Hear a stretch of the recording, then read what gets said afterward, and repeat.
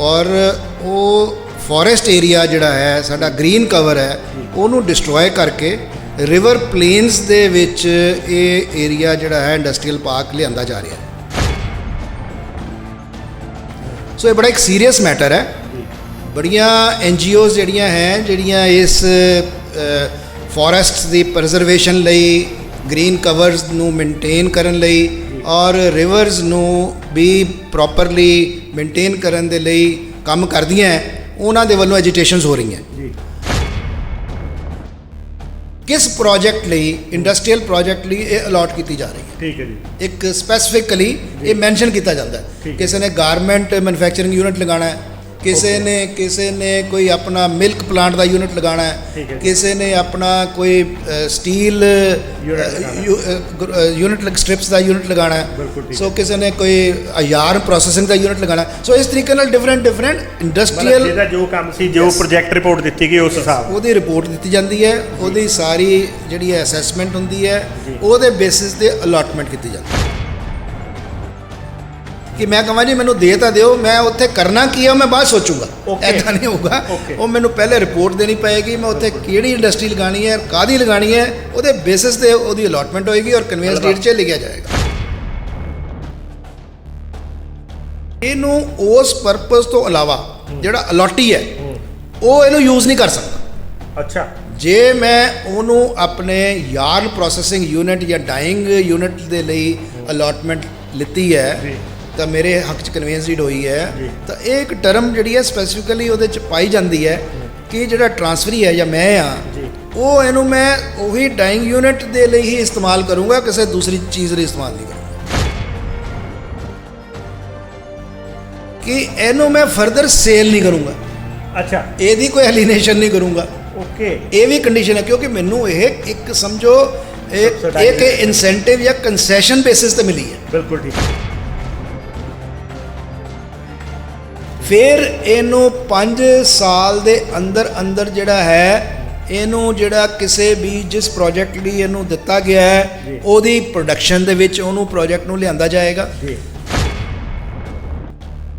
ਉਸ ਤੋਂ ਬਾਅਦ ਇੱਕ ਇੰਪੋਰਟੈਂਟ ਕੰਡੀਸ਼ਨ ਹੈ ਕਿ ਇਹਦੀ ਫਰਦਰ ਫਰੈਗਮੈਂਟੇਸ਼ਨਸ ਨਹੀਂ ਕੀਤੀਆਂ ਜਾਣਗੀਆਂ। ਓਕੇ। ਇਹਦੇ ਟੋਟੇ ਨਹੀਂ ਕੀਤੇ ਜਾਣਗੇ ਕਿ ਇਹਨੂੰ ਮੈਨੂੰ ਜੇ 40 ਏਕੜ ਮਿਲੀ ਹੈ ਜਾਂ 20 ਏਕੜ ਮਿਲੀ ਹੈ ਜਾਂ 10 ਏਕੜ ਮਿਲੀ ਹੈ, ਮੈਂ ਇਹਨੂੰ 2-2 ਏਕੜ ਦੇ ਵਿੱਚ ਡਿਵਾਈਡ ਕਰਕੇ ਇਹਨੂੰ ਕਿਸੇ ਤਰੀਕੇ ਨਾਲ ਯੂਜ਼ ਕਰਾਂ, ਕਿਸੇ ਨੂੰ ਕਿਸੇ ਤਰੀਕੇ ਨਾਲ ਯੂਜ਼ ਕਰਾਂ। ਅਗਰ ਕੱਲ੍ਹ ਨੂੰ ਤੁਸੀਂ ਇਹ ਇੰਡਸਟਰੀ ਨਹੀਂ ਲਗਾ ਸਕਦੇ ਜਾਂ ਲਗਾਈ ਸੀ ਉਹ ਬੰਦ ਹੋਣ ਦੇ ਕਗਾਰ ਤੇ ਪਹੁੰਚ ਜਾਂਦੀ ਹੈ, ਸਿੱਕ ਹੋ ਜਾਂਦੀ ਹੈ, word is used if it becomes sick, meaning thereby ਕਿ ਤੁਸੀਂ ਉਸ ਇੰਡਸਟਰੀ ਨੂੰ ਚਲਾਉਣ ਜੋਗੇ ਨਹੀਂ ਰਹਿੰਦੇ ਜਾਂ ਉਹ ਚੱਲਣ ਜੋਗੀ ਨਹੀਂ ਰਹਿੰਦੀ। ਹਾਂ, ਚੱਲਣ ਜੋਗੀ ਨਹੀਂ ਰਹਿੰਦੀ। then that land will be taken back by the state government। ਜੀ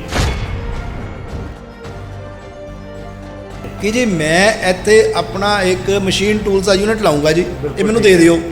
ਬਾਅਦ 'ਚ ਮੈਂ ਨਾ ਮਸ਼ੀਨ ਟੂਲ ਦਾ ਯੂਨਿਟ ਲਾਵਾਂ, ਮੈਂ ਇਹਦੇ ਪਲਾਟ ਕੱਟ ਕੇ ਵੇਚ ਦਿਆਂ, ਮੈਂ ਇੱਥੇ ਕੋਈ ਹੋਰ ਆਪਣਾ ਧੰਦਾ ਸ਼ੁਰੂ ਕਰ ਦਿਆਂ ਜਾਂ ਇੱਥੇ ਮੈਂ ਰਿਹਾਇਸ਼ ਰੱਖਣੀ ਸ਼ੁਰੂ ਕਰ ਦਿਆਂ, ਤਾਂ ਕੱਲ੍ਹ ਨੂੰ ਜਿਹੜਾ ਪਰਪਸ ਸੀਗਾ ਉਹ ਤਾਂ ਖਤਮ ਹੋ ਗਿਆ ਨਾ ਇੰਡਸਟਰੀ ਵਾਲਾ।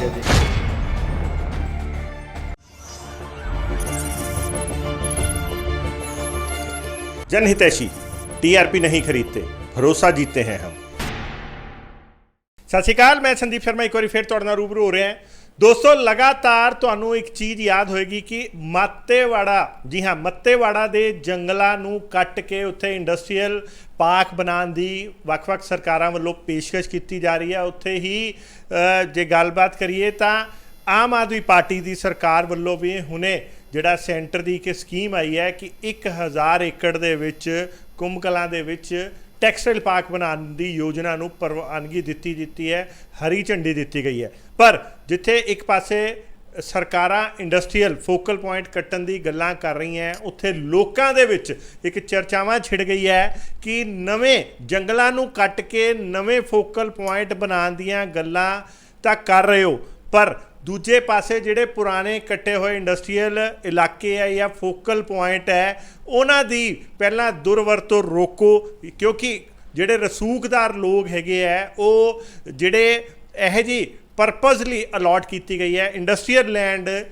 ਉਹਨਾਂ ਦਾ ਮਿਸਯੂਜ਼ ਕਰਕੇ ਉੱਥੇ ਰਿਹਾਇਸ਼ੀ ਫਲੈਟ ਬਣਾ ਰਹੇ ਹੈ ਲੁਧਿਆਣੇ ਵਰਗੇ ਸ਼ਹਿਰ ਦੇ ਵਿੱਚ, ਔਰ ਇੰਡਸਟਰੀ ਲਈ ਇਸ ਦਿੱਤੀ ਗਈ ਅਲਾਟ ਕੀਤੀ ਗਈ ਜਗ੍ਹਾਵਾਂ ਨੂੰ ਜਿਹੜੇ ਬਿਲਕੁਲ ਜਿਨ੍ਹਾਂ ਨਿਯਮਾਂ ਦੇ ਆਧਾਰ ਤੇ ਉਹ ਜ਼ਮੀਨ ਅਲਾਟ ਕੀਤੀ ਗਈ ਸੀ ਉਸ 'ਚ ਟੋਟਲੀ ਉਹਦੇ ਨਿਯਮਾਂ ਦੀ ਧੱਜੀਆਂ ਉਡਾ ਕੇ, ਇਸ ਅਲਫਾਜ਼ ਨੂੰ ਯੂਜ਼ ਕਰ ਰਹੇ ਕਿ ਨਿਯਮਾਂ ਦੀ ਧੱਜੀਆਂ ਉਡਾ ਕੇ ਉੱਥੇ ਰਿਹਾਇਸ਼ੀ ਫਲੈਟ ਬਣਾ ਕੇ ਮੁਨਾਫਾਖੋਰੀ ਕਰ ਰਹੇ ਨੇ। ਇਸ ਸਾਰੇ ਮਾਮਲੇ ਦੇ ਵਿੱਚ ਅਸੀਂ ਅੱਜ ਇੱਕ ਐਕਸਪਰਟ ਦਾ ਵਿਊ ਜਾਣਨ ਪਹੁੰਚੇ ਹੈ ਕਿ ਕੀ ਕਹਿੰਦੀਆਂ, ਕਿਉਂਕਿ ਵੱਖ-ਵੱਖ ਲੋਕ, ਰਸੂਖਦਾਰ ਲੋਕ ਅਕਸਰ ਆਪਣੇ ਪੈਸੇ ਦੇ ਜਾਂ ਰਸੂਖ ਦੇ ਦੌਰ ਤੇ ਜਿਹੜਾ ਸਰਕਾਰਾਂ ਤੋਂ ਨਿਯਮਾਂ ਦੇ ਨਾਮ ਖਿਲਵਾੜ ਕਰਾ ਲੈਂਦੀਆਂ ਤੇ ਕਿਹਾ ਜਾਂਦਾ ਹੈ, ਮੋਹਰ ਲਗਾ ਦਿੱਤੀ ਜਾਂਦੀ ਕਿ ਸਰਕਾਰ ਨੇ ਕੀਤਾ ਹੈ।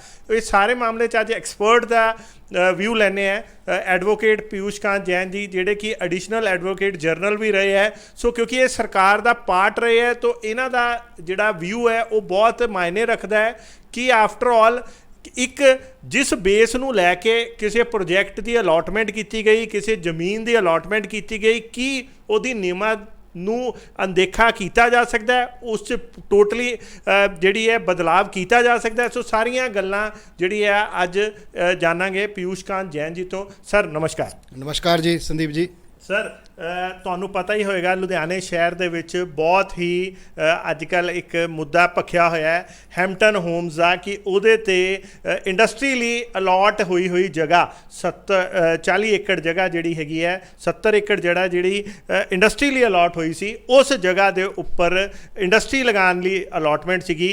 ਅੱਜ ਤੁਹਾਡੇ ਕੋਲ ਕਨਵੇਂਸ ਡੀਡ ਹੈਗੀ ਹੈ ਕਿ ਉਸ ਦੀ ਕਨਵੇਂਸ ਡੀਡ ਹੈਗੀ ਹੈ। ਸੋ ਕਿਹੜੇ ਨਿਯਮਾਂ ਦੇ ਆਧਾਰ 'ਤੇ ਹੋਈ ਸੀ ਤੇ ਅੱਜ ਉੱਥੇ ਜਿਵੇਂ ਰਿਹਾਇਸ਼ੀ ਫਲੈਟ ਬਣਾ ਕੇ ਮੁਨਾਫਾਖੋਰੀ ਕੀਤੀ ਜਾ ਰਹੀ ਹੈ, ਪਹਿਲਾਂ ਤਾਂ ਇਹ ਦੱਸੋ ਕਨਵੇਂਸ ਡੀਡ ਕੀ ਕਹਿੰਦੀ ਹੈ? ਸੰਦੀਪ ਜੀ, ਪਹਿਲੇ ਤਾਂ ਜਿਹੜਾ ਤੁਹਾਡਾ ਕੁਐਸਚਨ ਹੈ ਜੀ ਉਹਨੂੰ ਡਾਇਰੈਕਟਲੀ ਆਨਸਰ ਕਰਨ ਤੋਂ ਪਹਿਲੇ ਜਿਹੜਾ ਤੁਸੀਂ ਸ਼ੁਰੂ ਦੇ ਵਿੱਚ ਇੱਕ ਇਸ਼ੂ ਰੇਜ਼ ਕੀਤਾ ਹੈ ਜੀ ਕਿ ਇੰਡਸਟਰੀਅਲ ਪਾਰਕ 1000 ਏਕੜ ਦੇ ਵਿੱਚ ਬਣਾਉਣ ਦੀ ਪ੍ਰਪੋਜ਼ਲ ਔਰ ਉਹਦੀ ਇੰਪਲੀਮੈਂਟੇਸ਼ਨ ਜਿਹੜੀ ਹੈ ਚੱਲ ਰਹੀ ਹੈ ਗਵਰਨਮੈਂਟ ਵੱਲੋਂ, ਔਰ ਉਹ ਫੋਰੈਸਟ ਏਰੀਆ ਜਿਹੜਾ ਹੈ ਸਾਡਾ ਗ੍ਰੀਨ ਕਵਰ ਹੈ ਉਹਨੂੰ ਡਿਸਟਰੋਏ ਕਰਕੇ ਰਿਵਰ ਪਲੇਨਸ ਦੇ ਵਿੱਚ ਇਹ ਏਰੀਆ ਜਿਹੜਾ ਹੈ ਇੰਡਸਟਰੀਅਲ ਪਾਰਕ ਲਿਆਂਦਾ ਜਾ ਰਿਹਾ ਹੈ। ਸੋ ਇਹ ਬੜਾ ਇੱਕ ਸੀਰੀਅਸ ਮੈਟਰ ਹੈ ਜੀ। ਬੜੀਆਂ NGOs ਜਿਹੜੀਆਂ ਹੈ ਜਿਹੜੀਆਂ ਇਸ ਫੋਰੈਸਟ ਦੀ ਪ੍ਰਜ਼ਰਵੇਸ਼ਨ ਲਈ, ਗ੍ਰੀਨ ਕਵਰਸ ਨੂੰ ਮੇਨਟੇਨ ਕਰਨ ਲਈ ਔਰ ਰਿਵਰਸ ਨੂੰ ਵੀ ਪ੍ਰੋਪਰਲੀ ਮੇਨਟੇਨ ਕਰਨ ਦੇ ਲਈ ਕੰਮ ਕਰਦੀਆਂ, ਉਹਨਾਂ ਦੇ ਵੱਲੋਂ ਐਜੀਟੇਸ਼ਨਸ ਹੋ ਰਹੀਆਂ ਜੀ। ਔਰ ਇਹ ਬੜਾ ਇੱਕ ਮਾਮਲਾ ਐਸਾ ਹੈ ਜਿਹਦੇ ਤੇ ਵਿਚਾਰ ਕਰਨਾ ਔਰ ਸਰਕਾਰ ਨੂੰ ਸੋਚਣਾ ਬਹੁਤ ਜ਼ਰੂਰੀ ਹੈ, ਕਿਉਂਕਿ ਸਾਡੀ ਇਕੋਲੋਜੀ ਦੇ ਲਈ ਇਹ ਇੱਕ ਬੜਾ ਹੀ ਮਹੱਤਵਪੂਰਨ ਇੱਕ ਵਿਸ਼ਾ ਹੈ। ਸੋ ਇਹਦੇ ਵਿੱਚ ਮੈਂ ਆਪਣੇ ਵੱਲੋਂ ਇਹ ਕਹਿਣਾ ਚਾਹੂੰਗਾ, ਔਰ ਤੁਸੀਂ ਵੀ ਬੜਾ ਠੀਕ ਇਸ ਗੱਲ ਨੂੰ ਰੇਜ਼ ਕੀਤਾ ਹੈ ਕਿ ਇਸ ਤਰੀਕੇ ਨਾਲ ਨਵੇਂ ਜਿਹੜੇ ਇੰਡਸਟਰੀਅਲ ਏਰੀਆਜ਼ ਜਾਂ ਪਾਰਕਸ ਡਿਵੈਲਪ ਕਰਨ ਤੋਂ ਬਜਾਏ ਗਵਰਨਮੈਂਟਸ ਨੇ ਆਲਰੇਡੀ ਜਿਹੜੇ ਇੰਡਸਟਰੀਅਲ ਫੋਕਲ ਪੁਆਇੰਟਸ ਬਣਾਏ ਹੋਏ ਹੈ, ਇੰਡਸਟਰੀਅਲ ਏਰੀਆਜ਼ ਬਣਾਏ ਹੋਏ ਹੈ ਔਰ ਹੋਰ ਈਅਰ ਮਾਰਕ ਕੀਤੇ ਹੋਏ ਹੈ ਆਪਣੇ ਪਲਾਨਸ ਦੇ ਵਿੱਚ, ਮਾਸਟਰ ਪਲਾਨਸ ਦੇ ਵਿੱਚ ਇੰਡਸਟਰੀਅਲ ਇੰਡਸਟਰੀਜ਼ ਨੂੰ ਡਿਵੈਲਪ ਕਰਨ ਲਈ ਏਰੀਆਜ਼ ਨੂੰ ਜਿਹੜਾ ਲੇਆਊਟਸ ਬਣਾਏ ਹੋਏ ਹੈ, ਉਹਨਾਂ ਨੂੰ ਹੀ ਸੰਭਾਲਿਆ ਜਾਵੇ, ਉਹਨਾਂ ਨੂੰ ਹੀ ਜਿਹੜਾ ਮਿਸਯੂਜ਼ ਤੋਂ ਰੋਕਿਆ ਜਾਵੇ, ਉਹਨਾਂ ਨੂੰ ਹੀ ਪ੍ਰੋਪਰਲੀ ਡਿਵੈਲਪ ਕੀਤਾ ਜਾਵੇ, ਤਾਂ ਉਸ ਤੋਂ ਬਾਅਦ ਦੇਖਿਆ ਜਾਵੇ ਕਿ ਇਸ ਤੋਂ ਇਲਾਵਾ ਹੋਰ ਕੀ ਚੀਜ਼ ਚਾਹੀਦੀ ਹੈ। ਦੂਸਰਾ, ਜਿਹੜਾ ਇੱਕ NGT ਨੇ already to my awareness directions issue ਕੀਤੀਆਂ ਹੋਈਆਂ ਕਿ ਰਿਵਰ ਪਲੇਨਸ ਨੂੰ ਕਿਸੇ ਤਰੀਕੇ ਨਾਲ ਇਨਕਰੋਚ ਨਹੀਂ ਕੀਤਾ ਜਾ ਸਕਦਾ, ਰਿਵਰ ਪਲੇਨਸ ਨੂੰ ਕਿਸੇ ਤਰੀਕੇ ਨਾਲ ਡਿਸਟਰਬ ਨਹੀਂ ਕੀਤਾ ਜਾ ਸਕਦਾ। ਸੋ ਇਹ ਮੇਰੇ ਕੋਲ ਜਿਹੜੀ ਇੱਕ ਜੋ ਮੈਂ ਪੜ੍ਹਦਾ ਇਹਦੀਆਂ ਰਿਪੋਰਟਸ ਉਹ ਆ ਰਹੀਆਂ ਕਿ ਇਹ ਜਿਹੜਾ ਇੰਡਸਟਰੀਅਲ ਪਾਰਕ ਹੈ 1000 ਏਕੜ ਦਾ ਮੱਤੇਵਾੜਾ ਫੋਰੈਸਟ ਨੂੰ ਵੀ ਇਹ ਇਫੈਕਟ ਕਰੇਗਾ, ਡਿਸਟਰੋਏ ਕਰੇਗਾ, ਡੈਮੇਜ ਕਰੇਗਾ, ਔਰ ਸਾਡੇ ਸਤਲੁਜ ਦਾ ਜਿਹੜਾ ਰਿਵਰ ਪਲੇਨਸ ਹੈ ਉਹਨਾਂ ਨੂੰ ਵੀ ਨੁਕਸਾਨ ਪਹੁੰਚਾਏਗਾ। ਸੋ ਇਹ ਸਾਰੀਆਂ ਗੱਲਾਂ ਨੂੰ ਦੁਬਾਰਾ ਸਰਕਾਰ ਨੂੰ ਵਿਚਾਰ ਕਰਨਾ ਚਾਹੀਦਾ ਹੈ, ਜਿਸ ਲੈਵਲ ਤੇ ਵੀ, ਚਾਹੇ ਸਟੇਟ ਗਵਰਨਮੈਂਟ ਦੇ ਲੈਵਲ ਤੇ ਹੋਵੇ ਚਾਹੇ ਸੈਂਟਰਲ ਗਵਰਨਮੈਂਟ ਦੇ ਲੈਵਲ ਤੇ ਹੋਵੇ, ਕਿ ਇਹ ਵਾਕਈ ਇਹ ਫੀਜ਼ੀਬਲ ਹੈ, can it be done at the cost of our environmental disturbance and damage to the ecology. ਸਾਡਾ ਸਰਵਾਈਵਲ, ਸਾਡੀ ਜ਼ਿੰਦਗੀ ਜਿੱਥੇ ਜੁੜੀ ਹੋਈ ਹੋਵੇ ਤਾਂ ਉਹ ਜਿਹੜੀ ਡਿਵੈਲਪਮੈਂਟ ਹੈ ਉਹ ਅਸੀਂ ਆਪਣੇ ਜੀਵਨ ਨੂੰ ਖਤਮ ਕਰਕੇ ਡਿਵੈਲਪਮੈਂਟ ਕਰਨਾ ਸਾਨੂੰ ਜ਼ਿਆਦਾ ਜ਼ਰੂਰੀ ਹੈ। ਸੋ ਇਹ ਚੀਜ਼ ਅਸੀਂ ਨਹੀਂ ਬਚਾਂਗੇ ਤੇ ਇਹੋ ਜਿਹੀ ਦੁਨੀਆ ਨੂੰ ਕੀ ਕਰਾਂਗੇ, ਇਹੋ ਜਿਹੀ ਡਿਵੈਲਪਮੈਂਟ ਨੂੰ ਕੀ ਕਰਾਂਗੇ। ਸੋ ਇਹ ਇੱਕ ਤਾਂ ਇਹ ਇਸ਼ੂ ਹੈ। ਦੂਸਰਾ ਤੁਸੀਂ ਮੈਨੂੰ ਜਿਹੜਾ ਕੁਐਸਚਨ ਇਹ ਪਾਇਆ ਹੈ ਜੀ ਕਿ ਕੋਈ ਵੀ ਅਗਰ ਗਵਰਨਮੈਂਟ ਦੀ ਕਿਸੇ ਪਾਲਿਸੀ ਦੇ ਵਿੱਚ ਇੰਡਸਟਰੀਅਲ ਪਾਲਿਸੀ ਦੇ ਵਿੱਚ ਪਾਰਟਿਕੂਲਰਲੀ ਜੀ ਕੋਈ ਲੈਂਡ ਅਲਾਟ ਕੀਤੀ ਜਾਂਦੀ ਹੈ ਕਿਸੇ ਵੀ ਅਲਾਟੀ ਨੂੰ ਜੀ for the development of the industry ਜੀ ਵਿਦ ਸਪੈਸਿਫਿਕ ਪਰਪਸ, ਜੀ ਉਹਦੇ 'ਚ ਇੱਕ ਜਨਰਲ ਪੈਟਰਨ ਹੈ। ਜੀ ਉਹ ਜਨਰਲ ਪੈਟਰਨ ਇਹ ਹੁੰਦਾ ਹੈ ਕਿ ਇੱਕ ਪ੍ਰੋਜੈਕਟ ਲਿੱਤਾ ਜਾਂਦਾ ਹੈ ਕਿਸੇ ਕੋਲੋਂ। ਪਹਿਲੇ ਗੱਲ ਤਾਂ ਇੱਕ ਪਾਲਿਸੀ ਬਣਦੀ ਹੈ ਜਿਹਦੇ ਵਿੱਚ ਇਹ ਡਿਸਾਈਡ ਕੀਤਾ ਜਾਂਦਾ ਹੈ ਕਿ ਇਹਦੇ ਵਿੱਚ ਕੁਝ ਜਿਹੜੇ ਏਰੀਆਜ਼ ਹੈ, ਲੈਂਡਸ ਹੈ, ਉਹ ਇੰਡਸਟਰੀਅਲ ਪਰਪਸਿਸ ਲਈ ਅਲਾਟ ਕੀਤੇ ਜਾਣਗੇ, ਜੀ ਦਿੱਤੇ ਜਾਣਗੇ। ਜੀ ਉਸ ਦੇ ਲਈ ਐਪਲੀਕੇਸ਼ਨਸ ਲਿੱਤੀਆਂ ਜਾਂਦੀਆਂ ਡਿਫਰੈਂਟ ਪ੍ਰੋਸੈਸਸ ਦੇ ਥਰੂ। ਜੀ ਤੇ ਜਿਹੜੀ ਤੁਸੀਂ ਰੈਫਰ ਕੀਤੀ ਹੈ ਇਹ ਆਫ ਦੀ ਸ਼ੈਲਫ ਸਕੀਮ ਦਾ ਇੱਕ ਇਹ ਪਾਰਟ ਸੀਗਾ। ਜੀ ਆਫ ਦੀ ਸ਼ੈਲਫ ਸਕੀਮ ਜਿਹੜੀ ਹੈ ਗਵਰਨਮੈਂਟ ਨੇ 1992 ਚ ਫਰੇਮ ਕੀਤੀ ਸੀ। ਜੀ ਉਹ that was a scheme which was very much different from the ordinary allotment schemes. Okay ਉਹਦੇ ਵਿੱਚ ਇੱਕ ਡੈਫੀਨਿਟ ਇੱਕ ਸਿੱਧੀ ਅਲਾਟਮੈਂਟ ਕਰਨ ਦਾ ਇੱਕ ਉਹਨਾਂ ਨੇ ਇੱਕ ਪ੍ਰੋਸੀਜਰ ਬਣਾਇਆ ਸੀ, ਜੀ ਜਿਹੜਾ ਕਿ ਇੰਡਸਟਰੀਅਲ ਹਾਊਸਿਸ ਨੂੰ ਜਿਹੜੇ ਵੀ ਉਹਦੇ ਕੋਈ ਐਪਲੀਕੈਂਟਸ ਹੋਣ ਜੀ ਉਹਨਾਂ ਨੂੰ ਜ਼ਿਆਦਾ ਜਿਹੜੇ ਰਿਗਰਸ ਆਫ ਫਾਰਮੈਲਿਟੀਜ਼ ਹੁੰਦੀਆਂ ਜੀ ਉਹਨਾਂ ਨੂੰ ਪੂਰਾ ਕੀਤੇ ਬਗੈਰ ਹੀ ਡਾਇਰੈਕਟ ਉਹਨਾਂ ਦੀ ਅਲਾਟਮੈਂਟ ਕੀਤੀ ਜਾ ਸਕੇ। ਓਕੇ ਸੋ ਉਹਦੇ ਵਿੱਚ ਲੇਕਿਨ ਸਭ ਤੋਂ ਜ਼ਰੂਰੀ ਗੱਲ ਹੈ, ਲੇਕਿਨ ਕੰਡੀਸ਼ਨਸ ਇਹੀ ਸੀਗੀਆਂ ਕਿ ਉਹ ਅਲਾਟਮੈਂਟ ਜਿਹੜੀ ਹੋ ਰਹੀ ਹੈ ਇੰਡਸਟਰੀਅਲ ਗਰੋਥ ਲਈ ਹੋ ਰਹੀ ਹੈ, ਬਿਲਕੁਲ ਕਿਸੇ ਇੰਡਸਟਰੀਅਲ ਪ੍ਰੋਜੈਕਟ ਲਈ ਹੋ ਰਹੀ ਹੈ। ਜੀ ਉਹ ਤਾਂ ਹੀ ਆਫ ਦੀ ਸ਼ੈਲਫ ਸਕੀਮ ਦੇ ਵਿੱਚ ਬੰਦਾ ਇੰਟਾਈਟਲਡ ਸੀਗਾ, ਠੀਕ ਹੈ ਜੀ। ਜਿਹੜਾ ਵੀ ਐਪਲੀਕੈਂਟ ਦਿੰਦਾ ਸੀ, ਜੀ। ਐਪਲੀਕੇਸ਼ਨ ਦਿੰਦਾ ਸੀ। ਨਹੀਂ ਤਾਂ ਕਿਸੇ ਨੂੰ ਵੀ ਮਿਲ ਸਕਦੀ ਸੀ। ਨਹੀਂ ਤਾਂ ਇਹ ਥੋੜਾ ਕਿ ਮੈਂ ਅਗਰ ਉੱਥੇ ਆਪਣਾ ਘਰ ਬਸਾਉਣਾ ਹੋਵੇ ਤਾਂ ਮੈਂ ਵੀ ਆਫ ਦੀ ਸ਼ੈਲਫ ਸਕੀਮ 'ਚ ਉਸ ਏਰੀਆ 'ਚ ਜਗ੍ਹਾ ਲੈ ਲਵਾਂ, ਬਿਲਕੁਲ ਠੀਕ ਹੈ। ਜਾਂ ਮੈਂ ਆਪਣਾ ਕੋਈ ਹੋਰ ਉੱਥੇ ਕੋਈ ਚੀਜ਼ ਲਈ ਪਰਪਸ ਲਈ ਕੋਈ ਆਪਣੀ ਬਿਲਡਿੰਗ ਬਣਾਉਣੀ ਹੈ ਤੇ ਆਫ ਦੀ ਸ਼ੈਲਫ ਸਕੀਮ ਦੀ ਲੈ ਲਵਾਂ। ਜੀ that of the shelf scheme was for industrial purpose. ਜੀ ਉਹ ਇੰਡਸਟਰੀਅਲ ਪਾਲਿਸੀ ਦਾ ਇੱਕ ਹਿੱਸਾ ਸੀ। ਜੀ ਚਲੋ ਇੰਡਸਟਰੀ ਦੀ ਗਰੋਥ ਲਈ, ਇੰਪਲੋਇਮੈਂਟ ਦੀ ਗਰੋਥ ਲਈ। ਜੀ ਸੋ ਉਹਦੇ ਵਿੱਚ ਜਿਹੜੀਆਂ ਅਲਾਟਮੈਂਟਸ ਕੀਤੀਆਂ ਜੀ ਵਿਦ ਡੈਫੀਨਿਟ ਕੰਡੀਸ਼ਨਸ ਕੀਤੀਆਂ, ਜੀ ਔਰ ਉਸ ਹੀ ਕੰਡੀਸ਼ਨਸ ਨੂੰ ਇਨਕੋਰਪੋਰੇਟ ਕੀਤਾ ਜਿਹੜੀਆਂ ਕਨਵੇਂਸ ਡੀਡਸ ਹੋਈਆਂ। ਜੀ ਸੋ ਮੈਂ ਸਪੈਸੀਫਿਕ ਤੁਹਾਡਾ ਜਿਹੜਾ ਇਸ਼ੂ ਹੈ ਰਿਗਾਰਡਿੰਗ ਐਨੀ ਪਰਟੀਕੂਲਰ ਕੰਪਨੀ ਔਰ ਯੂਨਿਟ, ਉਹ ਮੈਂ ਨਹੀਂ ਕਮੈਂਟ ਕਰਨਾ ਚਾਹੂੰਗਾ। ਬਿਲਕੁਲ ਮੈਂ ਜਨਰਲ ਤੁਹਾਨੂੰ ਲੀਗਲ ਇੱਕ ਪੋਜੀਸ਼ਨ ਜਿਹੜੀ ਹੈ ਜੀ। ਉਹ ਦੱਸਣਾ ਚਾਹੂੰਗਾ ਜੀ ਕਿ ਦੇਖੋ ਇੱਕ ਮੇਰੇ ਕੋਲ ਜਿੱਦਾਂ ਇੱਕ ਸਟੈਂਡਰਡ ਪੈਟਰਨ ਹੈ ਜੀ ਇੱਕ ਕਨਵੇਂਸ ਡੀਡ ਦਾ, ਜੀ ਉਸੇ ਸਕੀਮ ਦੇ ਅੰਦਰ। ਉਸੇ scheme of the shell scheme ਦਾ, ਜੀ ਉਹਦੇ ਵਿੱਚ ਜਿੰਨੀਆਂ ਵੀ ਲੈਂਡਸ ਅਲਾਟ ਕੀਤੀਆਂ, ਜੀ ਜਿਨ੍ਹਾਂ ਨੂੰ ਵੀ ਕੀਤੀ, ਜਿੰਨੇ ਵੀ ਬੈਨੀਫੀਸ਼ੀਅਰੀ ਜਿਨ੍ਹਾਂ ਨੂੰ ਵੀ ਕੋਈ ਇੰਡਸਟਰੀਅਲ ਹਾਊਸ ਹੈ, ਇੰਡਸਟਰੀਅਲ ਯੂਨਿਟ ਹੈ, ਕੋਈ ਕੰਪਨੀ ਹੈ, ਕੋਈ ਜੋ ਵੀ ਹੈ ਜੀ ਐਂਟੀਟੀ ਹੈ, ਮਤਲਬ ਤੁਸੀਂ ਉਹਦੇ ਇਹ ਵਿੱਚ ਕਹਿਣਾ ਚਾਹ ਰਹੇ ਹੋ ਕਿ ਟੋਟਲ ਜਿਹੜੀ 1100 ਏਕੜ ਜਿੰਨੀ ਵੀ ਜ਼ਮੀਨ ਅਲਾਟ ਹੋਈ ਉਸ ਦੌਰਾਨ ਜਿਹੜੇ ਵੀ ਕਿਸੇ ਨੂੰ, ਤੇ ਉਹਦੀ ਇੱਕ ਕਾਮਨ ਜਿਹੜੀ ਡੀਡ ਸੀ ਉਹ ਇਹ ਹੈ। ਉਹ ਕਾਮਨ ਡੀਡ ਨਹੀਂ, ਮਤਲਬ ਡੀਡਸ ਤਾਂ ਡਿਫਰੈਂਟ ਸੀਗੀਆਂ, ਲੇਕਿਨ ਉਹਨਾਂ ਦੇ ਕੰਡੀਸ਼ਨਸ ਜਿਹੜੀਆਂ ਉਹ ਸਬਸਟੈਂਸ਼ੀਅਲੀ ਸੇਮ ਹੈ। ਬਿਲਕੁਲ ਠੀਕ ਹੈ। ਔਰ ਉਹਨਾਂ 'ਚ ਕਿਸੇ ਦੀ 100 ਏਕੜ ਹੈ ਤੇ ਉਦਾਂ ਕਿਸੇ ਦੇ 70 ਏਕੜ ਹੈ ਉਹਦੀ ਉਹ ਸਬਸਟੈਂਸ਼ੀਅਲੀ ਜਿਹੜੀਆਂ ਉਹਦੀਆਂ ਬੇਸਿਕ ਰਿਕੁਆਇਰਮੈਂਟਸ ਹੈ ਜੀ ਉਹ ਸੇਮ ਹੈ। ਠੀਕ ਹੈ ਸਰ। ਕਿਉਂਕਿ basic purpose was to develop the industry and developed the employment opportunities generate ਹੋਣ, ਇੰਡਸਟਰੀ ਦੀ ਡਿਵੈਲਪਮੈਂਟ ਹੋਵੇ, GDP ਦੀ ਗਰੋਥ ਹੋਵੇ। ਸੋ ਇਹਦੇ ਵਿੱਚ ਮੈਂ ਕੁਝ ਜਿਹੜੀਆਂ ਕੰਡੀਸ਼ਨਸ ਆਈਆਂ ਜਿਹੜੀਆਂ ਸਾਰਿਆਂ ਤੇ ਅਪਲਾਈ ਹੁੰਦੀਆਂ ਸੀ, ਜਿਹੜੀਆਂ ਸਾਰੀਆਂ ਦੀਆਂ ਕਨਵੇਂਸ ਡੀਡ ਦੇ ਵਿੱਚ ਇਨਕੋਰਪੋਰੇਟ ਹੋਈਆਂ ਸਟਿਪੂਲੇਸ਼ਨਸ ਜਿਹੜੀਆਂ ਰੱਖੀਆਂ ਗਈਆਂ, ਉਹਨਾਂ ਵਿੱਚ ਸਭ ਤੋਂ ਪਹਿਲਾਂ ਤੇ ਇਹ ਹੈ ਕਿ ਕਿਸ ਪ੍ਰੋਜੈਕਟ ਲਈ, ਇੰਡਸਟਰੀਅਲ ਪ੍ਰੋਜੈਕਟ ਲਈ ਇਹ ਅਲਾਟ ਕੀਤੀ ਜਾ ਰਹੀ ਹੈ। ਠੀਕ ਹੈ ਜੀ। ਇੱਕ ਸਪੈਸੀਫਿਕਲੀ ਇਹ ਮੈਂਸ਼ਨ ਕੀਤਾ ਜਾਂਦਾ ਹੈ, ਕਿਸੇ ਨੇ ਗਾਰਮੈਂਟ ਮੈਨੂਫੈਕਚਰਿੰਗ ਯੂਨਿਟ ਲਗਾਉਣਾ ਹੈ, ਕਿਸੇ ਨੇ ਕੋਈ ਆਪਣਾ ਮਿਲਕ ਪਲਾਂਟ ਦਾ ਯੂਨਿਟ ਲਗਾਉਣਾ ਹੈ, ਕਿਸੇ ਨੇ ਆਪਣਾ ਕੋਈ ਸਟੀਲ ਯੂਨਿਟ ਸਟ੍ਰਿਪਸ ਦਾ ਯੂਨਿਟ ਲਗਾਉਣਾ ਹੈ, ਸੋ ਕਿਸੇ ਨੇ ਕੋਈ ਯਾਰ ਪ੍ਰੋਸੈਸਿੰਗ ਦਾ ਯੂਨਿਟ ਲਗਾਉਣਾ ਹੈ। ਸੋ ਇਸ ਤਰੀਕੇ ਨਾਲ ਡਿਫਰੈਂਟ ਇੰਡਸਟਰੀਅਲ ਜਿਹਦਾ ਜੋ ਕੰਮ ਸੀ, ਜੋ ਪ੍ਰੋਜੈਕਟ ਰਿਪੋਰਟ ਦਿੱਤੀ ਗਈ ਉਸ ਹਿਸਾਬ ਨਾਲ ਉਹਦੀ ਰਿਪੋਰਟ ਦਿੱਤੀ ਜਾਂਦੀ ਹੈ, ਉਹਦੀ ਸਾਰੀ ਜਿਹੜੀ ਅਸੈਸਮੈਂਟ ਹੁੰਦੀ ਹੈ, ਉਹਦੇ ਬੇਸਿਸ ਤੇ ਅਲਾਟਮੈਂਟ ਕੀਤੀ ਜਾਂਦੀ ਹੈ। ਮਤਲਬ ਇਦਾਂ ਨਹੀਂ ਕਿ ਮੈਂ ਉੱਠ ਕੇ ਚਲਾ ਜਾਵਾਂ ਔਰ ਮੈਂ ਕਹਾਂ ਮੈਨੂੰ ਦੇ ਦਿਓ ਜੀ, ਤੇ ਉਹ ਕਹਿੰਦਾ ਨਹੀਂ ਇਦਾਂ ਨਹੀਂ, ਪ੍ਰੋਜੈਕਟ ਰਿਪੋਰਟ ਦੇਣੀ। ਬਿਲਕੁਲ ਇਹ ਨਹੀਂ ਹੁੰਦਾ ਕਿ ਮੈਂ ਕਹਾਂ ਜੀ ਮੈਨੂੰ ਦੇ ਤਾਂ ਦਿਓ, ਮੈਂ ਉੱਥੇ ਕਰਨਾ ਕੀ ਆ ਮੈਂ ਬਾਅਦ ਸੋਚੂੰਗਾ, ਐਦਾਂ ਨਹੀਂ ਹੋਊਗਾ। ਉਹ ਮੈਨੂੰ ਪਹਿਲੇ ਰਿਪੋਰਟ ਦੇਣੀ ਪਏਗੀ, ਮੈਂ ਉੱਥੇ ਕਿਹੜੀ ਇੰਡਸਟਰੀ ਲਗਾਣੀ ਹੈ, ਕਾਹਦੀ ਲਗਾਣੀ ਹੈ, ਉਹਦੇ ਬੇਸਿਸ ਤੇ ਉਹਦੀ ਅਲਾਟਮੈਂਟ ਹੋਏਗੀ ਔਰ ਕਨਵੇਂਸ ਡੀਡ 'ਚ ਲਿਖਿਆ ਜਾਏਗਾ, ਪ੍ਰੋਪਰ ਪ੍ਰੋਜੈਕਟ ਰਿਪੋਰਟ ਦੇਣੀ। ਯੈਸ, ਠੀਕ ਹੈ। ਨੰਬਰ 2 ਉਹਦੇ ਵਿੱਚ ਇਹ ਲਿਖਿਆ ਜਾਂਦਾ ਹੈ, ਨੰਬਰ ਜਿਹੜੀ ਨੈਕਸਟ ਕੰਡੀਸ਼ਨ ਇੰਪੋਰਟੈਂਟ ਕੰਡੀਸ਼ਨ ਹੈ ਕਿ ਇਹਨੂੰ ਉਸ ਪਰਪਸ ਤੋਂ ਇਲਾਵਾ ਜਿਹੜਾ ਅਲਾਟੀ ਹੈ ਉਹ ਇਹਨੂੰ ਯੂਜ਼ ਨਹੀਂ ਕਰ ਸਕਦਾ।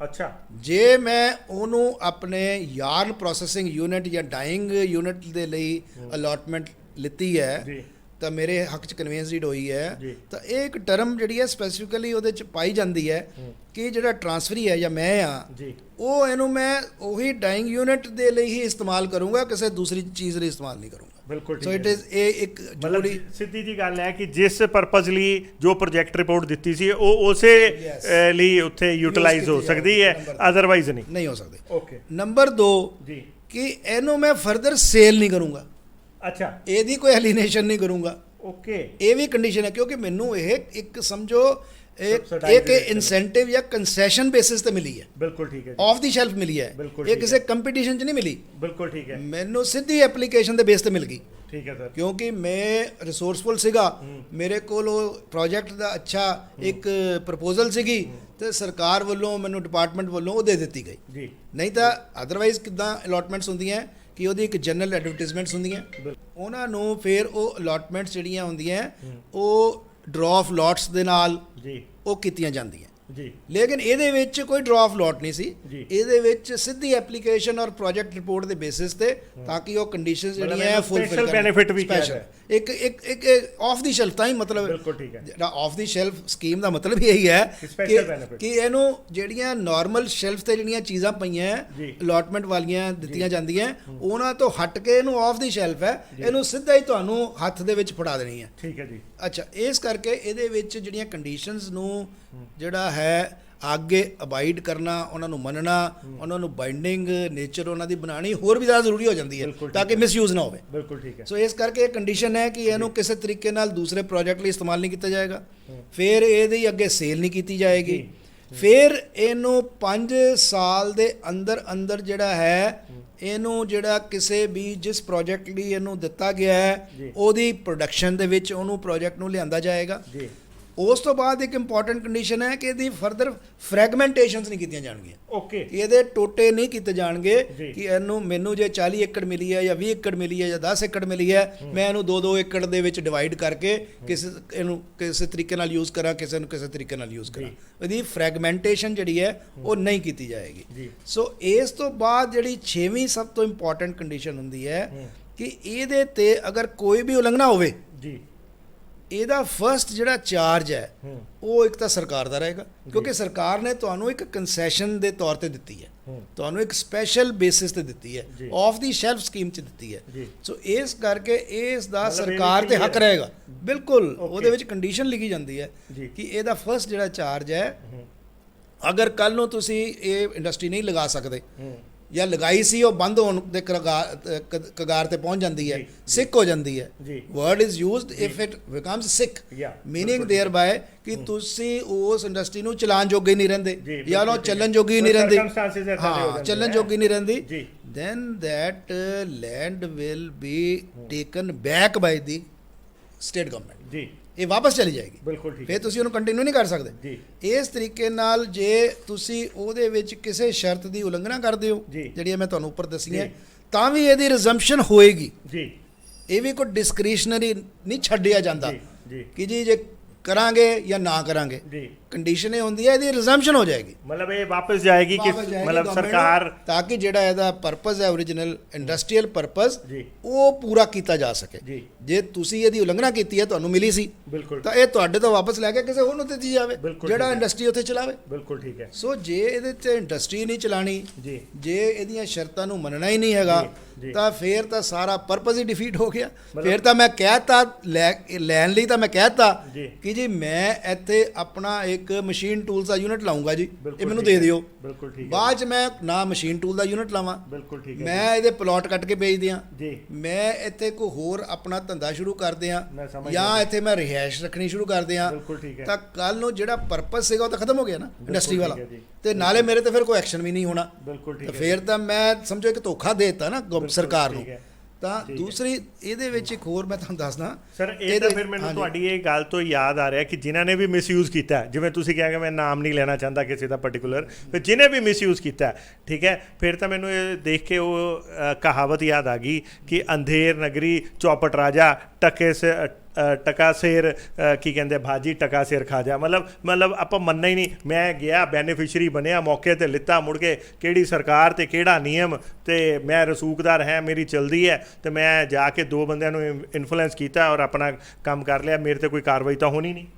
ਦੇਖੋ ਇਹ ਤੁਹਾਡੇ ਕਮੈਂਟਸ ਹੈ, ਤੁਸੀਂ ਆਪਣੀ ਜਗ੍ਹਾ ਤੁਸੀਂ ਕਹਿ ਸਕਦੇ ਹੋ ਯੂ ਆਰ ਮਤਲਬ ਉਹਦਾ ਮਤਲਬ ਤਾਂ ਇਦਾਂ ਦਾ ਹੀ ਨਿਕਲਿਆ ਨਾ ਸਰ ਕਿ ਜੇ ਪਰਪਸ ਕਿਸੇ ਲਈ ਮੈਂ ਲਿੱਤੀ, ਕੱਲ ਨੂੰ ਮੈਂ ਉਸ ਚੀਜ਼ ਤੇ ਮੈਂ ਉਹ ਤੁਹਾਨੂੰ ਪਹਿਲੇ ਹੀ ਦੱਸ ਦਿੱਤਾ ਕਿ that the very purpose is defeated if it is misused and the person is allowed to continue that misuser. ਅਗਰ ਉਹਨੂੰ ਇਹ ਮਿਸਯੂਜ਼ ਕਰਕੇ ਚਲਾਈ ਜਾਊਗਾ ਔਰ ਉਹ ਜਿਹੜਾ ਇੰਡਸਟਰੀ ਦਾ ਪਰਪਸ ਸੀ ਉਹ ਜਿਹੜਾ ਬਿਲਕੁਲ ਖਤਮ ਕਰਕੇ ਦੂਸਰੇ ਪਰਪਸ ਲਈ ਇਹਨੂੰ ਵਰਤੀ ਜਾਊਗਾ, ਫਿਰ ਵੀ ਸਰਕਾਰ ਦੇ ਜਿਹੜੇ ਅਥਾਰਟੀਜ਼ ਦੇ ਜਿਹੜੇ ਨੁਮਾਇੰਦੇ ਹੈ ਜਾਂ ਅਫੀਸ਼ੀਅਲਸ ਹੈ ਇਹਦੇ ਤੇ ਐਕਸ਼ਨ ਨਾ ਲੈਣ ਤਾਂ ਫਿਰ ਇਹ ਗਲਤ ਗੱਲ ਹੈ। It is illegal. ਮਤਲਬ ਜਿੰਨੀ ਫਿਰ ਰਿਸਪੌਂਸਿਬਲ ਉਹ ਪਰਸਨ ਹੈਗੇ ਹੈ ਉਨੀ ਰਿਸਪੌਂਸਿਬਲ ਸਰਕਾਰ ਵੀ ਹੈ। ਸਰਕਾਰ ਵਾਟ ਇਜ਼ ਸਰਕਾਰ? ਜੀ ਸਰਕਾਰ is your custodian of your rights and properties. ਉਹਨਾਂ ਨੇ ਤੁਹਾਡੇ ਹੱਕਾਂ ਨੂੰ ਬਰਕਰਾਰ ਰੱਖਣਾ ਹੈ, ਬਚਾਉਣਾ ਹੈ। ਜੇ ਤੁਹਾਡੇ ਹੱਕ ਦੇਖੋ, ਤੁਹਾਡਾ ਹੱਕ ਸੀਗਾ ਕਿ ਇੱਥੇ ਇੰਡਸਟਰੀ ਬਣੇ, ਪਬਲਿਕ ਦਾ ਹੱਕ ਹੈ ਕਿ ਮੇਰੇ ਸ਼ਹਿਰ ਦੇ ਵਿੱਚ ਇੰਡਸਟਰੀ ਡਿਵੈਲਪ ਹੋਵੇ, ਗਰੋ ਹੋਵੇ, ਔਰ ਉਹ ਇੰਡਸਟਰੀ ਗਰੋ ਨਹੀਂ ਹੁੰਦੀ, ਡਿਵੈਲਪ ਨਹੀਂ ਹੁੰਦੀ, ਔਰ ਇਹਦੇ ਬਦਲੇ ਕੁਝ ਹੋਰ ਗਲਤ ਤਰੀਕੇ ਦੀਆਂ ਚੀਜ਼ਾਂ ਬਣ ਰਹੀਆਂ, ਤਾਂ ਮੇਰੇ ਜਿਹੜੇ ਕਸਟੋਡੀਅਨਸ ਹੈ, ਮੇਰੇ ਗਾਰਡੀਅਨ ਹੈ ਰਾਈਟਸ ਦੇ, ਜਿਹੜੀ ਮੇਰੀ ਗਵਰਨਮੈਂਟ ਹੈ ਜਾਂ ਮੇਰੀ ਜਿਹੜੀ ਐਗਜ਼ੈਕਟਿਵ ਹੈ, ਜਿਹੜੇ ਅਫੀਸ਼ੀਅਲਸ ਹੈ, ਜਿਹੜਾ ਮੇਰੇ ਪਬਲਿਕ ਸਰਵੈਂਟਸ ਹੈ, ਮੈਂ ਪਬਲਿਕ ਹਾਂ, ਉਹ ਮੇਰੇ ਪਬਲਿਕ ਸਰਵੈਂਟਸ ਹੈ, ਜਿਹੜਾ ਨੇ ਮੇਰਾ ਹੱਕ ਨੂੰ ਬਰਕਰਾਰ ਰੱਖਣਾ, ਬਚਾਉਣਾ, ਪ੍ਰੋਟੈਕਟ ਕਰਨਾ, ਜੋ ਐਕਸ਼ਨ ਨਹੀਂ ਲੈਂਦੇ ਤਾਂ ਉਹ ਕਸੂਰਵਾਰ ਹੈ। ਤਾਂ the government of the day has to take a call on it ਕਿ ਵੀ ਮੈਂ ਇਹ ਜਿਹੜਾ ਕੁਝ ਗਲਤ ਹੋ ਰਿਹਾ ਹੈ ਇਹ ਅਸੀਂ ਨਹੀਂ ਹੋਣ ਦੇਣਾ, ਅਸੀਂ ਇਹ ਪਬਲਿਕ ਦੇ ਨਾਲ ਕਿਸੇ ਤਰੀਕੇ ਦਾ ਜਿਹੜੀ ਇਲੀਗੈਲਿਟੀ ਔਰ ਇਹਨਾਂ ਦੀ breach of allotment and conditions ਹੋ ਰਹੀ ਹੈ ਉਹਦੇ ਤੇ ਐਪਰੋਪਰੀਏਟ ਐਕਸ਼ਨ ਲਿੱਤਾ ਜਾਵੇ। So that should be the work of the government of the day. Yes, ਠੀਕ ਹੈ। ਸੋ ਕੁੱਲ ਮਿਲਾ ਕੇ ਇਹ ਹੈ ਕਿ ਜਿੰਨੇ ਕੁ ਜੇ ਮੈਂ ਕੋਈ ਲੈਂਡ ਜਾਂ ABCD ਕੋਈ ਲੈਂਡ ਲੈਂਦਾ ਕਿਸੇ ਸਪੈਸ਼ਲ ਪਰਪਸ ਲਈ, ਜੇ ਕੱਲ ਨੂੰ ਮੈਂ ਉਹਦਾ ਮਿਸਯੂਜ਼ ਕਰ ਰਿਹਾ ਤੇ ਜੇ ਸਰਕਾਰ ਮੈਨੂੰ ਨਹੀਂ ਰੋਕੀ ਤੇ ਸਰਕਾਰ ਵੀ ਓਨੀ ਹੀ ਕਸੂਰਵਾਰ ਹੈ। ਹੋਰ ਇਸ ਬਾਰੇ 'ਚ ਸਰ ਕੋਈ ਜਾਣਕਾਰੀ ਦਿਓ। ਦੇਖੋ ਮੈਂ ਇੱਕ ਇਹਦੇ 'ਚ ਇਹੀ ਐਡ ਕਰੂੰਗਾ ਕਿਉਂਕਿ ਵੇ ਬੈਕ 1998 ਦਾ ਮੈਨੂੰ ਇੱਕ ਕੇਸ ਯਾਦ ਹੈ ਸੁਪਰੀਮ ਕੋਰਟ ਦਾ, ਤਾਂ ਉਸ ਕੇਸ ਦੇ ਵਿੱਚ ਵੀ ਕੇਸ ਸੀਗਾ Indu Kakkar versus Haryana state industrial development corporation ਦਾ। ਉਹਦੇ 'ਚ ਵੀ ਸਿਮਿਲਰ ਸਿਚੁਏਸ਼ਨ ਦੇ ਵਿੱਚ ਇਸ ਤਰੀਕੇ ਨਾਲ ਜਿਹੜੀਆਂ ਕਨਵੇਂਸ ਡੀਡ ਹੋਈ ਸੀ, ਕਨਵੇਂਸ ਡੀਡ ਦੇ ਵਿੱਚ ਕੰਡੀਸ਼ਨਸ ਜਿਹੜੀਆਂ ਸੀਗੀਆਂ ਉਹ ਵਾਇਲੇਟ ਕੀਤੀਆਂ ਗਈਆਂ, ਉਹ ਫੁੱਲਫਿਲ ਨਹੀਂ ਕੀਤੀਆਂ ਗਈਆਂ। ਉਸ ਕੰਡੀਸ਼ਨਸ ਕਰਕੇ government Haryana state industrial development corporation ਨੇ ਉਹਨੂੰ ਰਿਜ਼ਿਊਮ ਕਰਨ ਦੇ ਨੋਟਿਸ ਦਿੱਤੇ। ਉਹ ਕੇਸ ਰਾਦਰ ਚੈਲੰਜ ਹੋਇਆ। ਸੁਪਰੀਮ ਕੋਰਟ ਨੇ ਕਿਹਾ ਕਿ ਯੈਸ ਉਹ ਰਿਜ਼ੰਪਸ਼ਨ ਜਿਹੜੀ ਹੈ ਸਹੀ ਹੈ ਕਿ ਜਿਹੜੀ ਪਰਪਸ ਲਈ ਜਿਹੜੀਆਂ ਕੰਡੀਸ਼ਨਸ ਦੇ ਵਿੱਚ ਤੁਹਾਨੂੰ ਕਨਵੇਂਸ ਡੀਡ ਦੇ ਵਿੱਚ ਪ੍ਰਾਪਰਟੀ ਟ੍ਰਾਂਸਫਰ ਹੋਈ ਹੈ, you are bound by those conditions. ਅਗਰ ਤੁਸੀਂ ਉਹਨਾਂ ਨੂੰ ਡਿਸਓਬੇ ਕਰਦੇ ਹੋ, ਉਹਨਾਂ ਨੂੰ ਨਹੀਂ ਕੰਪਲਾਈ ਕਰਦੇ, ਤਾਂ ਉਹ ਤੁਹਾਡੀ ਪ੍ਰਾਪਰਟੀ, ਤੁਹਾਨੂੰ ਕੋਈ ਹੱਕ ਨਹੀਂ ਹੈ ਕਿ ਤੁਹਾਡੇ ਕੋਲ ਰਵੇ। ਸੋ ਇਸ ਤਰੀਕੇ ਨਾਲ ਸੁਪਰੀਮ ਕੋਰਟ ਨੇ ਤਾਂ 1998 'ਚ ਇਹ ਗੱਲ ਕਹੀ ਹੋਈ ਹੈ। ਤਾਂ ਇਹ this law is very much valid and has to be applied by the government of the day. ਮੈਂ ਇੱਥੇ ਇਹ ਕਹਿਣਾ ਚਾਹਾਂਗਾ ਸਰ, ਲੋਕ ਇਹੋ ਜਿਹੀ ਪਲੀ ਲੈ ਲੈਂਦੇ ਰਸੂਖਦਾਰ ਲੋਕ, ਕਿਉਂਕਿ ਇੰਨੀ ਵੱਡੀ ਜਗ੍ਹਾ ਨਾ ਤਾਂ ਪਿਊਸ਼ ਕਾਂਤ ਜੈਨ ਜੀ ਨੂੰ ਕਦੀ ਅਲਾਟ ਹੁੰਦੀ ਹੈ ਬਿਨਾਂ, ਕਿਉਂਕਿ ਸ਼ਾਇਦ ਤੁਸੀਂ ਤਾਂ ਚਲੋ ਫਿਰ ਰਸੂਖਦਾਰ ਹੋ, ਪਰ ਸ਼ਾਇਦ ਮੇਰੇ ਨਾ ਬੜਾ ਕਾਮਨ ਮੈਂ ਨਾ, ਤੁਸੀਂ ਕਾਮਨ ਮੈਨ, ਲਿਮਿਟਡ ਰਿਸੋਰਸਿਸ ਵਾਲਾ ਪ੍ਰੋਫੈਸ਼ਨਲ ਬੰਦਾ। ਸਰ ਉਹੀ ਕਹਿ ਰਿਹਾ ਨਾ, ਤੁਸੀਂ ਪ੍ਰੋਫੈਸ਼ਨਲ ਹੋ ਤੇ ਇਸ ਲਈ ਰਸੂਖਦਾਰ ਹੋ, ਲੇਕਿਨ ਪ੍ਰੋਫੈਸ਼ਨਲ ਰਸੂਖਦਾਰ ਹੋ, ਠੀਕ ਹੈ। ਮੇਰੇ ਵਰਗਾ ਬੰਦਾ ਇੱਕ ਨਾਰਮਲ ਮਾਤਰ ਸਾਥੀ ਹੈ, ਮਿਡਲ ਕਲਾਸ ਫੈਮਿਲੀ, ਸਾਨੂੰ ਤਾਂ ਇਹੋ ਜਿਹੀਆਂ ਚੀਜ਼ਾਂ ਅਲਾਟ ਹੀ ਨਹੀਂ ਹੁੰਦੀਆਂ। ਇਹ ਸਪੈਸ਼ਲ, ਜਿਵੇਂ ਤੁਸੀਂ ਕਿਹਾ ਕਿ of the shell special selected houses ਨੂੰ ਸਿਲੈਕਟ ਹੋਈਆਂ। ਹੁਣ ਉਹ ਸਿਲੈਕਟਡ ਹਾਊਸਿਸ ਦੇ ਵਿੱਚੋਂ ਕੁਛਾਂ ਨੇ ਆਪਣੀ ਮਨਮਾਨੀ ਕਰਕੇ ਜਾਂ ਆਪਣੇ ਰਸੂਖਦਾਰ ਨੂੰ ਚੀਜ਼ਾਂ ਕਰਕੇ ਅੱਜ ਦੇ ਟਾਈਮ 'ਚ ਅਗਲੇ ਇਹ ਕਹਿੰਦੇ ਜੀ ਅਸੀਂ ਸਰਕਾਰ ਤੋਂ, ਆਮ ਜਨਤਾ ਨੂੰ ਕਿੱਥੇ ਸਰ ਕਿਹਾ ਜਾਂਦਾ ਹੈ, ਪਬਲਿਕ ਨੂੰ ਕਿੱਥੇ ਮੂਰਖ ਬਣਾਇਆ ਜਾਂਦਾ ਜਾਂ ਕੀ ਕਹੋਗੇ ਤੁਸੀਂ ਦੱਸ ਸਕਦੇ ਹੋ ਬੈਟਰ, ਕਿਉਂਕਿ you are a technical law person. Sir ਆਮ ਜਨਤਾ ਦੇ ਅੱਗੇ ਇਹ ਕਹਿ ਦਿੱਤਾ ਜਾਂਦਾ, ਵਾਈਟ ਕਾਲਰ ਲੋਕ ਆ ਕੇ, ਕਿ ਨਹੀਂ ਜੀ ਅਸੀਂ ਸਰਕਾਰ ਦੀ ਸਕੀਮ ਦੇ ਅੰਡਰ ਇਹ ਕਰਾਇਆ। ਤਾਂ ਡੂ ਯੂ ਥਿੰਕ ਕਿ ਇੰਨਾ ਕੁਝ ਕਰਨ ਤੋਂ ਬਾਅਦ, ਇਸੇ ਲਈ ਅਸੀਂ ਤੁਹਾਡੇ ਕੋਲ ਆਏ ਸੀ, because you are a law expert ਤੇ ਤੁਹਾਡੀ ਗੱਲ ਦੀ ਇੱਕ ਵੈਲਿਊ ਹੈਗੀ ਹੈ, ਤੁਸੀਂ ਲਾਅ ਜਾਣਦੇ ਹੋ ਔਰ ਤੁਸੀਂ ਇੱਕ ਸਾਨੂੰ ਮਾਨਨੀय ਸੁਪਰੀਮ ਕੋਰਟ ਦੀ ਜਜਮੈਂਟ ਵੀ ਸੁਣਾ ਦਿੱਤੀ। ਤੁਹਾਨੂੰ ਮਤਲਬ ਹਜੇ ਵੀ ਆਪਾਂ ਲੋਕ ਜਿਹੜੇ white collar job white collar ਵਾਲੇ ਜਿਹੜੇ ਲੋਕ ਹੈ ਉਹ ਇਹ ਕਹਿ ਸਕਦੇ ਆ ਕਿ ਜੀ ਅਸੀਂ ਤਾਂ ਸਰਕਾਰ ਦੀ ਸਕੀਮ ਦੇ ਹਿਸਾਬ ਨਾਲ ਸਭ ਕੁਝ ਕਰ ਰਹੇ ਹਾਂ? नहीं, ये स्कीम कोई ऐसी वैसे तो है जी। नहीं, जे होएगी तो ਉਹਦੀ ਕੀ ਇੰਟਰਪ੍ਰੀਟੇਸ਼ਨ ਹੈ ਉਹ ਦੇਖਣੀ ਪਏਗੀ। ਔਰ ਇਹਦੇ 'ਚ ਇੱਕ ਬੜੀ ਇੰਟਰਸਟਿੰਗ ਗੱਲ ਤੁਹਾਨੂੰ ਮੈਂ ਦੱਸ ਦਿਆਂ, ਜੀ। ਇਹ ਜਿਹੜੀ ਆਫ ਦੀ ਸ਼ੈਲਫ ਸਕੀਮ ਸੀਗੀ ਸ਼ੁਰੂ ਦੇ ਵਿੱਚ, ਜੀ। ਇਹ ਹਾਈ ਕੋਰਟ ਦੇ ਵਿੱਚ ਚੈਲੰਜ ਹੋਈ ਸੀ ਜੀ। ਇਹ ਜਿੱਥੇ ਤੱਕ ਮੈਨੂੰ ਯਾਦ ਪੈਂਦਾ ਹੈ 1992 ਦੇ ਵਿੱਚ ਇਹ ਸਕੀਮ ਬਣੀ, ਜੀ। ਨਵੰਬਰ 1992 ਦੇ ਵਿੱਚ, ਤੇ 1994 ਦੇ ਵਿੱਚ ਰਾਦਰ ਆਪਣੇ ਪੰਜਾਬ ਹਰਿਆਣਾ ਹਾਈ ਕੋਰਟ ਜੀ। ਦੇ ਵਿੱਚ ਜੀ। ਇਹ ਮੈਟਰ ਆਇਆ ਸੀ। ਔਰ ਇਹ ਮੈਟਰ ਪਹਿਲੇ ਸਿੰਗਲ ਬੈਂਚ ਦੇ ਵਿੱਚ ਇਹ ਸਕੀਮ ਨੂੰ ਉਹਨਾਂ ਨੇ ਸੈਟ ਅਸਾਈਡ ਕਰ ਦਿੱਤਾ ਸੀ ਓਕੇ ਕਿ ਇਹ ਜਿਹੜੀ ਸਕੀਮ ਹੈ it is not as per the public interest ਦੀਆਂ ਜਿਹੜੀਆਂ ਪੈਰਾਮੀਟਰਸ ਹੈ ਜੀ। ਉਹਨਾਂ ਨੂੰ ਫੁੱਲਫਿਲ ਨਹੀਂ ਕਰਦੀਆਂ, ਕੈਂਸਲ। ਔਰ ਇਹਦੀ ਉਸ ਤੋਂ ਬਾਅਦ ਇੱਕ ਅਪੀਲ ਵੀ ਹੋਈ। ਜੀ। ਉਹ ਅਪੀਲ ਹੋਈ ਜਿਹੜੀ ਕਿ ਇਹਦਾ ਟਾਈਟਲ ਬਣਿਆ ਸੀ Hero cycles limited versus international cycles and strips limited, ਜੀ। ਕਿਉਂਕਿ ਉਹਦੇ 'ਚ 6 ਵੱਡੇ ਜਿਹੜੇ ਇੰਡਸਟਰੀਅਲ ਹਾਊਸਿਸ ਹਨ ਲੁਧਿਆਣੇ ਦੇ, ਜੀ। ਉਹਨਾਂ ਨੂੰ ਅਲਾਟ ਹੋਈਆਂ ਸੀ ਕਿ ਕੁਝ ਹੋਰ ਲੋਕਾਂ ਨੂੰ ਵੀ ਅਲਾਟ ਹੋਈਆਂ ਸੀਗੀਆਂ, ਜੀ। ਬਟ ਉਹ 6 ਇੰਡਸਟਰੀਅਲ ਹਾਊਸਿਸ ਜੀ। ਵਰ ਦੀ ਪ੍ਰੋਮੀਨੈਂਟ ਜੀ। Persons in that litigation. ਜੀ। ਉਹਨਾਂ ਦੀਆਂ ਸਾਰੀਆਂ ਅਲਾਟਮੈਂਟਸ ਹਾਈ ਕੋਰਟ ਦੇ ਆਰਡਰ ਨਾਲ ਕੈਂਸਲ ਹੋ ਗਈਆਂ ਸੀ। ਮਤਲਬ ਫਿਰ ਉਹਨਾਂ ਨੇ ਅਪੀਲ ਕੀਤੀ। ਜੀ। ਈਵਨ ਇਨ ਦੈਟ ਅਪੀਲ ਜੀ। the division bench ਜੀ। upheld the decision of the single bench and that cancellation was upheld। Okay ਇਹ May 1999 ਦੀ ਜਿਹੜੀ ਜਜਮੈਂਟ ਸੀਗੀ। ਜੀ। ਸੋ ਇਸ ਕਰਕੇ ਇਹ ਸਕੀਮ ਫਿਰ ਉਸ ਤੋਂ ਬਾਅਦ ਇੱਕ ਰਿਨਿਊਡ ਤਰੀਕੇ ਨਾਲ ਇਹ ਸਕੀਮ ਨੂੰ ਫਿਰ ਇੰਪਲੀਮੈਂਟ ਕੀਤਾ ਗਿਆ ਜੀ। There after. ਜੀ। ਤਾਂ ਉਹਦੇ ਵਿੱਚ but the underline issue is ਜੀ। that the conditions of allotment and the conveyance ਜੀ। which were definitely for the purpose of growth of industry ਬਿਲਕੁਲ ਠੀਕ ਹੈ ਜੀ। could not be tinkered with, could ਜੀ। not be defeated। ਜੀ। ਸੋ ਇਹ ਜਿਹੜੀਆਂ ਚੀਜ਼ਾਂ ਜ਼ਰੂਰੀ ਸੀਗੀਆਂ ਇਹ ਸਾਰੀਆਂ ਕਨਵੈਂਸ ਡੀਡ ਦੇ ਵਿੱਚ ਇਨਕੋਰਪੋਰੇਟ ਕੀਤੀਆਂ ਹੋਈਆਂ। ਸੋ ਬੇਸਿਕਲੀ ਕੁੱਲ ਮਿਲਾ ਕੇ ਇਹੀ ਹੈ ਕਿ ਉਹ ਕਹਿੰਦੇ ਨਾ ਮਤਲਬ ਕੁੱਲ ਮਿਲਾ ਕੇ ਮੂਰਖ ਬਣਾਇਆ ਜਾ ਰਿਹਾ, ਆਮ ਜਨਤਾ ਨਾਲ ਧੋਖਾ ਹੋ ਰਿਹਾ, ਕਿਉਂਕਿ ਅਲਟੀਮੇਟਲੀ ਉਹ ਪੈਸਾ ਤਾਂ ਜਨਤਾ ਦਾ ਨਾ ਸਰ, ਨਾ ਤੁਹਾਡਾ ਹੈ। ਜਨਤਾ 'ਚ ਤੁਸੀਂ ਵੀ ਜਿੰਨੇ ਕੁ ਭਾਗੀਦਾਰ ਹੋ ਉਹਨਾਂ ਕੁ ਮੈਂ ਵੀ ਹਾਂ, because we are the taxpayer. ਅਤੇ ਕੁਝ ਰਸੂਖਦਾਰ ਲੋਕ ਜਿਹੜੇ ਆ ਵਾਈਟ ਕਾਲਰ ਬਣ ਕੇ ਇੱਕ ਪਾਸੇ ਤਾਂ ਇਸ ਦੁਨੀਆ 'ਚੋਂ ਬੈਠ ਕੇ ਧਰਮ ਕਰਮ ਦੀ ਗੱਲਾਂ ਕਰਦੇ ਆ, ਪਬਲਿਕ ਮੀਟਿੰਗਸ 'ਚ ਜਾ ਕੇ ਅੱਛੀਆਂ ਗੱਲਾਂ ਕਰਦੇ ਕਿ ਅਸੀਂ ਇਹ ਕਰ ਦਾਂਗੇ, ਅਸੀਂ ਵਾਈਟ ਕਾਲਰ ਆ, ਅਸੀਂ ਦੇਖੋ ਕਿੰਨਾ ਦਾਨ ਪੁੰਨ ਕਰ ਰਹੇ ਹਾਂ। ਔਰ ਦੂਜੇ ਪਾਸੇ ਉਹ ਦਾਨ ਪੁੰਨ ਨਹੀਂ ਕੀਤਾ ਜਾ ਰਿਹਾ, ਉਹ ਬਲਕਿ ਇੱਦਾਂ ਦੀਆਂ ਚੀਜ਼ਾਂ ਨੂੰ ਮਿਸ ਇੱਕ ਕਹਿ ਲਓ ਕਿ ਗਲਤ ਪ੍ਰੈਕਟਿਸਿਸ ਸੋਸਾਇਟੀ 'ਚ ਉਹੀ ਜਨਰੇਟ ਕਰ ਰਹੇ। ਦੇਖੋ it is all matter to be investigated and to be inquired into by the concerned authorities. ਜਿੱਥੇ ਜਿੱਥੇ ਮਿਸਯੂਜ਼ਰ ਹੈਗਾ, ਜਿੱਥੇ ਜਿੱਥੇ ਵਾਇਲੇਸ਼ਨਸ ਹੈਗੀਆਂ, ਜਿਹੜੀਆਂ ਕੰਡੀਸ਼ਨਸ ਹੈ ਨਾ, ਸਿੱਧੀ ਭਾਸ਼ਾ ਤੁਸੀਂ ਵੀ ਨਹੀਂ, ਮੈਂ ਸਮਝਦਾ ਤੁਸੀਂ ਵੀ ਇੱਕ ਸੁਸਾਇਟੀ ਦੇ ਬਹੁਤ ਰਿਸਪੈਕਟਡ ਪ੍ਰੋਫੈਸ਼ਨਲ ਹੈਗੇ ਹੋ, ਪਰ ਸਰ ਦਿਲ ਤੇ ਹੱਥ ਰੱਖ ਕੇ ਕਹੋ ਕਿ ਮਿਸਯੂਜ਼ ਹੋਣ ਨਾਲ ਅਲਟੀਮੇਟਲੀ ਇਹਦੇ ਨਾਲ ਹੋ ਕੀ ਰਿਹਾ ਸੁਸਾਇਟੀ 'ਚ, ਜਿਹੜਾ ਬਹੁਤ ਵੱਡਾ ਗੈਪ ਪੈ ਰਿਹਾ ਹੈ ਕਿ ਗਰੀਬ ਹੋਰ ਗਰੀਬ ਹੋ ਰਿਹਾ ਹੈ, ਅਮੀਰ ਹੋਰ ਅਮੀਰ ਹੋ ਰਿਹਾ। ਤੁਹਾਡੇ ਮੇਰੇ ਵਰਗੇ ਮਿਡਲ ਕਲਾਸ ਅਸੀਂ ਉਹ ਮਤਲਬ ਰੋਜ਼ ਕੁੱਟਦੇ ਹਾਂ ਕਿ ਤੁਸੀਂ ਇਮਾਨਦਾਰੀ ਨਾਲ 'ਚ ਬੈਠੇ ਹੋ, ਇਸ ਲਈ ਅੱਗੇ ਓਨਾ ਕੀ ਵਧਦੇ ਹੋ, ਅਤੇ ਮੈਂ ਇਮਾਨਦਾਰੀ 'ਚ ਬੈਠਾ ਮੈਂ ਓਨਾ ਕੀ ਵਧਦਾ। ਉਹ ਜਿਹੜਾ ਇੱਕ ਸੁਸਾਇਟੀ ਗੈਪ ਵੱਧਦਾ ਜਾ ਰਿਹਾ।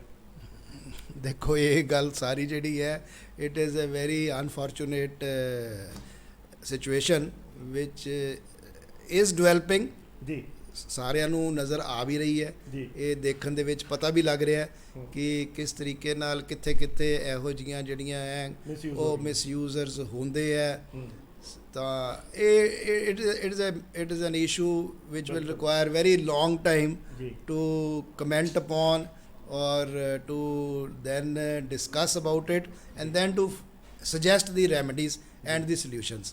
so ਇਸ ਕਰਕੇ ਮੇਰਾ ਖਿਆਲ ਅੱਜ ਦੇ ਇਸ ਮੇਰਾ ਜਿਹੜਾ ਤੁਸੀਂ ਮੈਨੂੰ ਕੁਐਸਚਨਸ ਪਾਏ ਸੀ ਜੋ ਮੈਂ ਹੁਣ ਤੁਹਾਨੂੰ ਦੱਸਿਆ, so I think that should be sufficient for that purpose। Thank you sir, thank you sir, thank you. So ਦੋਸਤੋ ਇਹ ਸੀ ਪਿਊਸ਼ ਕਾਂਤ ਜੈਨ ਜੀ, ਜਿਨ੍ਹਾਂ ਨੇ ਬੜੇ ਸਾਫ਼ ਸਪਸ਼ਟ ਸ਼ਬਦਾਂ ਦੇ ਵਿੱਚ ਐਜ਼ ਏ ਆਪਣੀ ਰਿਸਪੌਂਸਿਬਿਲਟੀ ਸਮਝਦੇ ਹੋਏ ਉਹਨਾਂ ਨੇ ਕਿਸੇ ਤੇ ਕਮੈਂਟ ਨਹੀਂ ਕੀਤਾ ਪਰਸਨਲਾਈਜ਼ ਤੇ, ਪਰ ਉਹਨਾਂ ਨੇ ਕਨਵੈਂਸ ਡੀਡ ਜਿਹੜੀ ਕਿ ਫੋਕਲ ਪੁਆਇੰਟ, ਜੀ ਹਾਂ, ਜਿਹੜੀ ਕਿ ਆਹ ਮੁੰਡੀਆਂ ਕਲਾਂ ਦੇ ਵਿੱਚ ਬਹੁਤ ਸਾਰੇ, ਇੱਕ ਨੂੰ ਨਹੀਂ ਬਲਕਿ ਮਲਟੀਪਲ ਜਿਹੜੇ ਕਾਰਪੋਰੇਟ ਹਾਊਸਿਸ ਹੈ ਜਾਂ ਇੰਡਸਟਰੀਅਲ ਹਾਊਸਿਸ ਹੈ, ਉਹਨਾਂ ਨੂੰ ਜਿਹੜੀ ਜਗ੍ਹਾ ਅਲਾਟ ਹੋਈ ਸੀ ਉਹਦੀ ਕਿਹਨਾਂ ਸ਼ਰਤਾਂ ਤੇ, ਕਿਸ ਆਧਾਰ ਤੇ ਉਹ ਅਲਾਟ ਹੋਈ ਸੀ ਤੇ ਉਹਦੀ ਬੇਸਿਕ ਜਿਹੜੀ ਸ਼ਰਤਾਂ ਸੀ ਉਹ ਕੀ ਸੀ, ਉਹਦੇ ਬਾਰੇ ਖੁਲਾਸਾ ਕੀਤਾ ਹੈ। ਤੇ ਉਹਨਾਂ ਨੇ ਮਾਨਨੀय ਸੁਪਰੀਮ ਕੋਰਟ ਦੀ ਇੱਕ ਜਜਮੈਂਟ ਵੀ ਦੱਸੀ ਹੈ, ਜਿਹੜੀ ਕਿ ਖੁਦ ਇੱਕ ਸਰਕਾਰ ਦੇ ਨਾਲ ਸੀ, ਔਰ ਉਹਦੇ ਵਿੱਚ ਇੱਦਾਂ ਹੀ ਮਿਸਯੂਜ਼ ਆਫ ਲੈਂਡ ਨੂੰ ਜਿਹੜਾ ਵਾਪਸ ਲਿੱਤਾ ਗਿਆ ਸੀ, ਸਰਕਾਰ ਨੇ ਵਾਪਸ ਲਿੱਤਾ ਸੀਗਾ,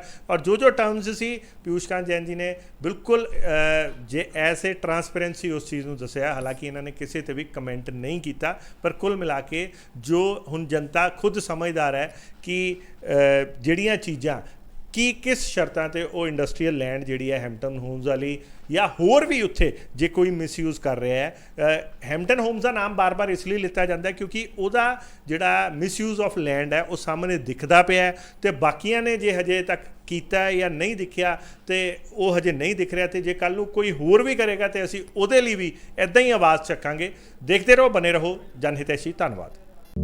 यदि आपको हमारी ये वीडियो पसंद आई तो हमारे चैनल को लाइक, शेयर और सब्सक्राइब करें।